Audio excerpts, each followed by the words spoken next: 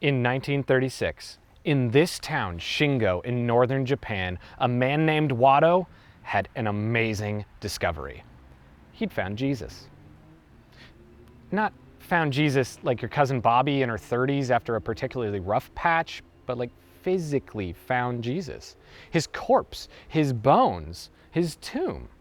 And what's more than that, he found the ear of his Japanese crucified brother Isukiri and a lock of Mary Magdalene's hair.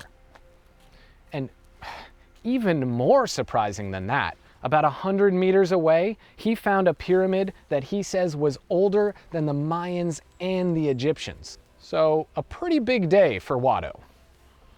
Not as big as the day in the 1970s when he would contact a UFO on live TV, but a pretty big day nevertheless. Now, I know what you're thinking. It seems a little fishy. I've been burned before by fake mounds containing Jesus' bones, and I'm gonna need some more evidence. I don't blame you. It can be a little difficult to believe that Jesus' brother Isukiri was crucified on the cross, sneakily allowing Jesus to slip through Siberia up here to become a rice farmer in northern Japan. I could see why you might not believe that. But luckily, Wado has you covered. See, Wado didn't come up with the story all by himself. He was actually relying on a series of documents provided to him by a local farmer named Takenouchi. Takenouchi claimed that these documents he found were translated to Japanese over 2,000 years ago, and they definitively proved that Christ was buried here in town. The fact that this area wasn't Japanese 2,000 years ago and didn't have a writing system, that didn't really bug Wado. Similarly, it didn't really bother him that, well, the writing was written in 1800s farmer vernacular and it was signed Jesus, the Father of Christmas. Those are the types of details that matter more to someone who's unable to contact UFOs with their mind. Not Wado. But all joking aside, this is a pretty interesting story.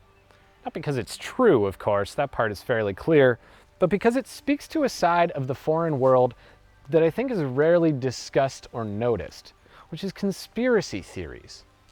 It almost seems like other countries can't have that sort of thing, but of course they do, just like here.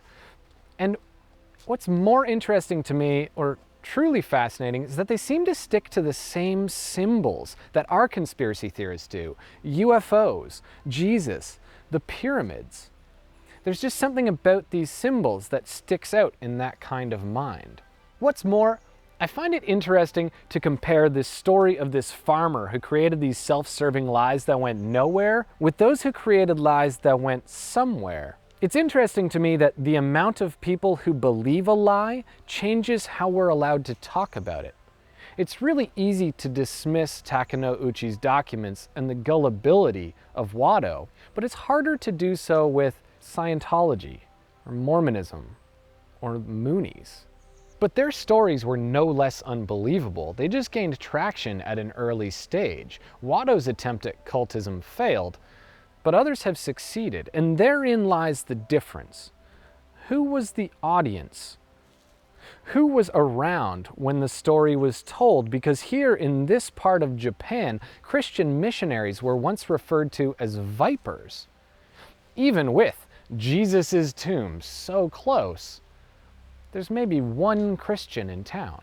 Japan itself is about 1% Christian. The soil just wasn't ready for the seed.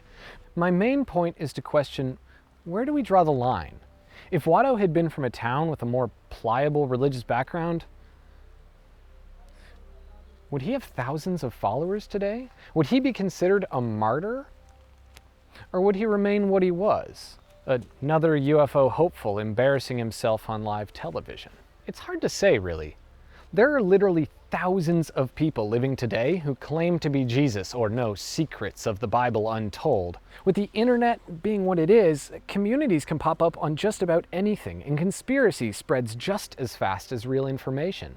The life of an astronaut is riddled with people who believe the Earth is flat to the point that they're willing to send death threats. It's ridiculous, but I don't think it's going anywhere. As long as there's people willing to lie to others just to feel that much more special, we'll always have a Takenouchi, or a Smith, or a Hubbard. It's up to us to differentiate between those beliefs that give us hope in the face of our mortality and those that are just asking us to cough up some dough. This is rare earth, but it's not Jesus Christ.